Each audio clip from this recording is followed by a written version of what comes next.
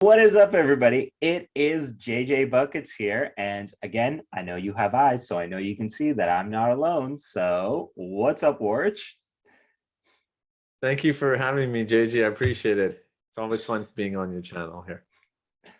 Wow, you could not say that with less enthusiasm. That hurts. I'm sorry. I've slept like 2 hours last night, and I was just like waking up from work, and it snowed here in BC, and I just dropped a video, and I was just like, Yeah, I you need did. some coffee. That's what I need. Definitely need some coffee. Yeah, you did just get your own video today. So I imagine you're tired. Hopefully we'll raise the energy levels a little bit with the discussion here today.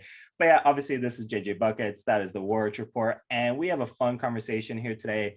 Before we get into it though, I don't know when I'm posting this. I think I'm probably posting this on Christmas. So, I mean, like we're recording right now and it's Christmas Eve. So to anybody celebrating, Merry Christmas, Happy Holidays to everybody else. And, hopefully everybody's going to enjoy their New Year's celebrations as well. Hopefully COVID doesn't get too far in the way of that.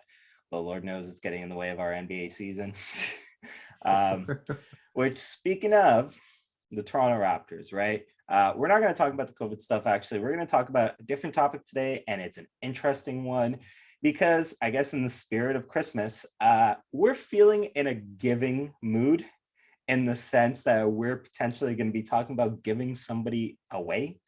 And I know what you're thinking. It's maybe not exactly the conversation you're expecting. So here is the conversation that you are going to get with the Raptors, right? And I feel like it just becomes more apparent kind of the longer it goes on. They miss having, I don't want to say a traditional big, but at least somebody like a proper five at that spot. With all due respect, obviously, to Precious Achiuwa, Chris Boucher, Kem Birch, all the guys that have had the time at that position, they need somebody better at that spot, right? And even say the Raptors have experimented with small balling, having Siakam at the five when everybody was healthy. So if you're going to have somebody, a proper five on this team, all of a sudden you're looking at the rest of the lineup, starters and team. And for the most part, I'm pretty sure you like having Freddie at one. I don't think you're changing anything about that. And I feel like with the improvements this season, you can make an argument that Gary Trent Jr. has shown enough to, at least see if he is that solution at the shooting guard spot. Now, all of a sudden, that leaves you with 2 forward spots left and 3 guys that are all very obviously starting level caliber players between OG Anunoby, Pascal Siakam, and the rookie sensation himself, Scotty Barnes. I wonder who I'm biased towards here. So with that in mind, I think it brings up an interesting conversation of if you had to move one of the 3 of them, who would you move on from? And I feel like this for me sparked a while back when I feel like it was when Pascal came back and they were kind of trying that like small ball experiment with Pascal at the 5 and having all 3 of them on a court together. And it was interesting to me because the games where we saw some combination of 2 of the 3 rather than all 3, I actually personally thought I liked the structure of the team better and I liked how the team functioned better, whether it be, like Pascal and together with OG or OG together with Barnes or Barnes together with Pascal.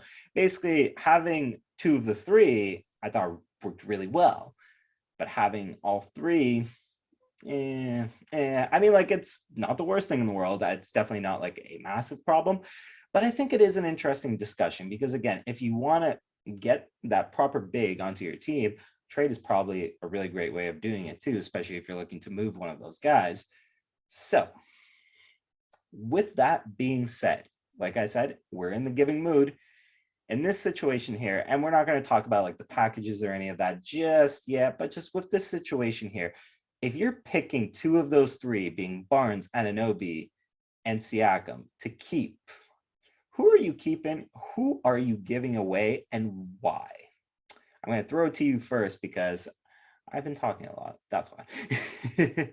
What do you think? I'm trading Scotty Barnes. No, I'm just kidding. Before everyone reacts and goes at me at the comment section, before you start swearing at me, I'm not trading Scotty Barnes. Obviously, Scotty Barnes is here to stay OG Anunoby is solid. You need him for defense. We saw how much our defense suffers when OG Anunoby is not there. So OG Anunoby, he's the perfect 3 and D, and he's evolving into so much more than we ever thought. We were kind of waiting, but he's shown us a lot of different things on the offensive side. So I'm personally really excited to see OG Anunoby.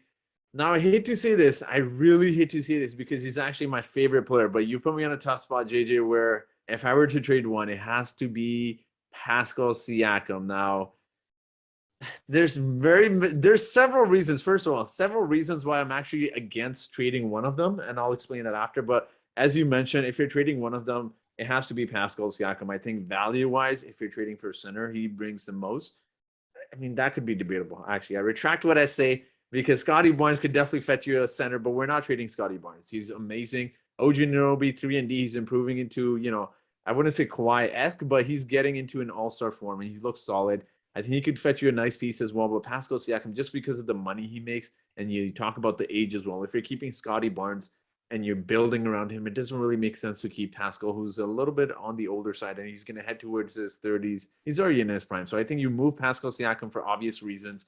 The fans clearly hate him. So I don't think the fans will be too upset. Besides me, I feel like I'm the only Pascal supporter in Raptors Nation, but it seems like a lot of fans, every one bad miss he has or every bad shot he takes, fans will be quick to point the finger at him as to why the Raptors are losing. But he does fetch you a nice piece. Now, again, like you said, we're not going to throw names. Maybe a future idea, but Pascal Siakam's definitely one I trade. Salary-wise, age-wise, when you take all things into consideration, you talk about what teams would want.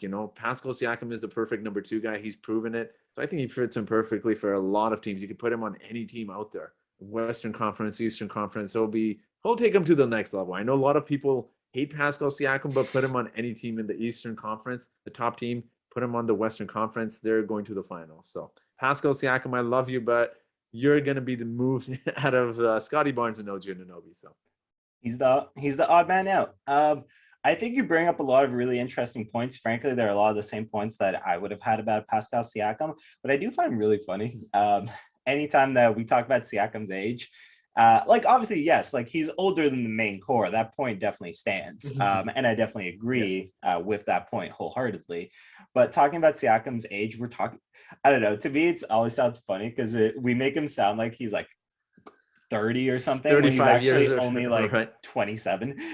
So he is still a young player, but for the most part, obviously your core is genuinely, as outside of Fred, if you are outside of Fred, who you are keeping in this situation, he's the only guy that's a little bit older, but everybody else is kind of in their early 20s. So he does end up on the higher end of the Raptors when it comes to his age.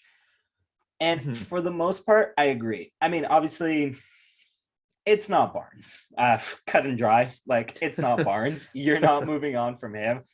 He has flashed so much promise, I'd say, in his rookie season, where he's not that guy. He's not that guy that you're going to be moving. There's no chance that I wouldn't quite say he's untouchable. I only think, there's certain players in the NBA that are quote unquote untouchable, guys like Steph Curry. Well, actually, that's really my best example there, but guys like Steph Curry, Nikola Jokic, the best of the best. So I wouldn't quite call him untouchable, but he's so close to that status, especially in the context of where he is within the organization, within the role, and obviously with all the potential he's shown. He's not that guy. Yeah. Now, while, and this is kind of, I guess, you presented Pascal and you mentioned that he's your favorite player. I do think there's at least an argument to be had for OG, and it's ironic because he's my favorite player. There is an argument. It's not one that I'm going to wholeheartedly make, and it's not one that I'm going to absolutely bang in. But with OG Anunoby, he's quietly been racking up a lot of injuries over the past few years. I wouldn't say quite to the point where he's going to get that injury prone label, but it's a little more than I'd say you're comfortable with. So there is a little hesitancy in me. I love OG. He is my favorite player on the Raptors, but he's been out a lot these past few seasons with several injuries. So I don't think that's a panic button that you hit just yet, but I think that is a situation that you monitor at least when it Mhm. comes to OG and his health and being like, hey, is this guy's body going to be able to consistently put up with obviously the grind and the struggles of being in the NBA? I think that's a discussion that's worth Mhm. having. But again, like I don't think the situation has gotten to the point where like you really need to monitor it like every single day. But it's one of those things that you Mhm. keep an eye on. I do agree for the most part though, with Siakam. So my thing with Siakam, like you brought up the age thing, and as a trade chip again, like you brought it up, like we've already seen him in a role where he's successfully been a big pivotal piece on a championship team. I'm sure contenders will come knocking for that and knocking for that chance. I do think Siakam's contract is a little bit of a turnoff. Like I wouldn't quite call him like super overpaid, but I do think he's Yep. making maybe a little bit more than he should be, and that will turn some teams away.